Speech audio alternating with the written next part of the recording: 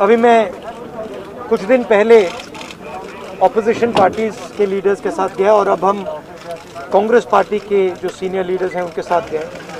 राष्ट्रपति से हमने कहा कि ये जो कानून बनाए गए हैं ये किसान विरोधी कानून है और इससे किसानों का ज़बरदस्त नुकसान होने वाला है, मजदूरों का, किसानों का।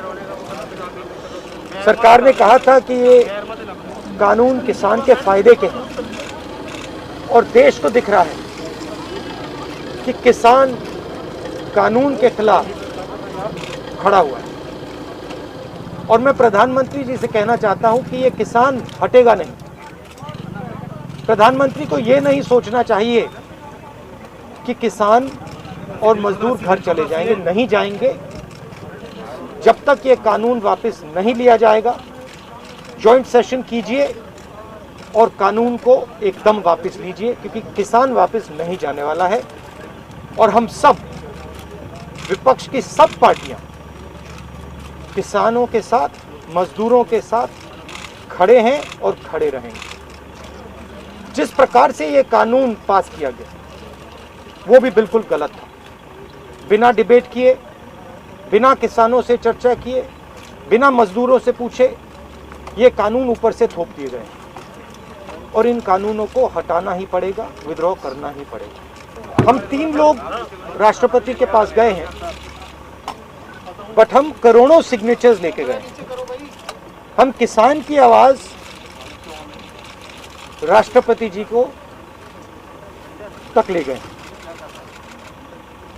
सर्दी का मौसम है और पूरा देश देख रहा है कि किसान दुख में है, दर्द में है और मर भी रहे हैं। प्रधानमंत्री को सुनना ही पड़ेगा। और मैं एडवांस में चीज बोल देता हूं। मैंने कोरोना के बारे में बोला था कि नुकसान होने जा रहा है। उस समय किसी ने नहीं बात सुनी और आज मैं फिर से बोल रहा हूं, किसान के सामने, मजदूर के सामने कोई भी शक्ति नहीं खड़ी हो सकती है। अगर प्रधानमंत्री जी ने कानून वापस नहीं लिए, सिर्फ बीजेपी को नहीं, सिर्फ आरएसएस को नहीं, देश को नुकसान होने जा रहा है। बीजेपी, नरेंद्र मोदी जी का एक ही लक्ष्य है और वो किसान समझ गया है, मजदूर समझ गया है। लक्ष्य है कि उनके आसपास जो 2, 3, 4 बड़े क्रोनी कैपिटल्स हैं, उनके लिए पैसे बनाने का काम नरेंद्र मोदी जी करते हैं। जो भी नरेंद्र मोदी जी के खिलाफ खड़े होते हैं वो उनके बारे में कुछ ना कुछ गलत बोलते रहते हैं। किसान खड़े हो जाएंगे तो किसान को आतंकवादी बोलेंगे, मजदूर खड़े हो जाएंगे तो मजदूर को आतंकवादी बोलेंगे। एक दिन अगर मोहन भागवत खड़े हो गए तो कहेंगे ये भी आतंकवादी। मतलब जो भी नरेंद्र मोदी जी से सत्ता लेने की कोशिश करेगा वो आतंकवादी है। और नरेंद्र मोदी किसके लिए काम कर रहे हैं वो मैंने आपको बता दिया। उनके 2-3 आसपास के क्रोनी कैपिटलिस्ट हैं जिनको वो पूरा हिंदुस्तान पकड़ा रहे हैं। ये रियलिटी है। There are millions of people who live off our agricultural system. Large percentage of our people live off our agricultural system. These are laborers, they are farmers, they are small traders. These are these people, and they are the backbone of the country. Now, we understand that agriculture has to be reformed. What we are saying is that if you destroy this system, these millions of people will have nothing to do. They will not be able to feed themselves, and you will create massive destruction, massive pain in the country. Why is the Prime Minister doing this? It is a very simple calculation. The Prime Minister is doing this because he wants to help 2 or 3 business people. He does not care what happens to these people. He will construct whatever narrative he has to construct to make sure that the wealth transfer that is taking place to 3 or 4 people continues. He will call people terrorists. He will call people anti-nationals. He will call people criminals. He will do whatever he has to do to transfer the wealth from these people, the backbone of this country, to those people.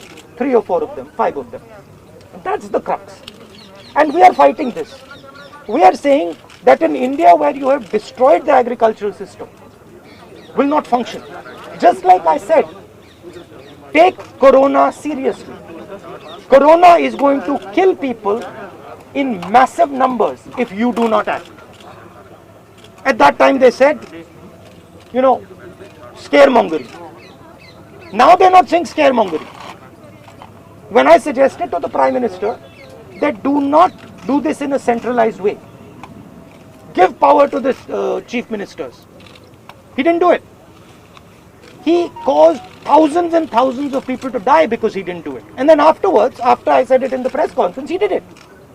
So the point is, you have an incompetent man who is controlled by certain other people. This is what India has to understand. This is what all youngsters have to understand. You have an incompetent man who doesn't understand anything, running a system on the behalf of 3 or 4 other people who understand everything. And their aim is to take huge amounts of money from the poor people of India and put it in their pockets. And that is what we are fighting. And frankly, it doesn't matter what you think right now, because all of you will face this. There's not going to be a single person in this country who's not going to face this. If you're a farmer, you will face it. You're a small businessman, you will face it. You're a journalist, you will face it. This is an assault on the idea of India. That is why we're standing here. That is why I've gone to the president. That is why we've signed these forms. We are not allowed to go out. We are not allowed to go out of the ICC office. The police stops us from going out. Why don't you let us go out? Why don't you let me go and tour in the states? See what happens. Every single farmer of this country, every single labor of this country will stand up. But आप police लगवाते हो, हाथरस जाते हो, arrest करते हो, तो AIC से हमारे MPs को बाहर नहीं निकलने देते हो, और फिर कहते हो कि भैया मतलब सब कुछ ठीक है. और Prime Minister needs to realize that there is a limit to this. आपने थोड़ा सा करना है, आपने 2-3 लोगों की मदद करनी है, थोड़ा सा करना है, आप कर सकते हो. बट जिस प्रकार से नरेंद्र मोदी कर रहे हैं, मैं फिर से दोहरा रहा हूं, हिंदुस्तान के किसी भी युवा को रोजगार नहीं मिलेगा. सारे छोटे बिजनेस, सारे मिडिल साइज बिजनेस खत्म हो जाएंगे.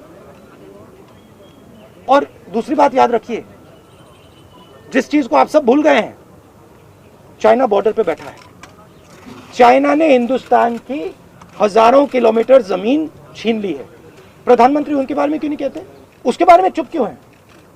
तो मेरा कहना है कि पूरा का पूरा कॉम्बिनेशन बन रहा है.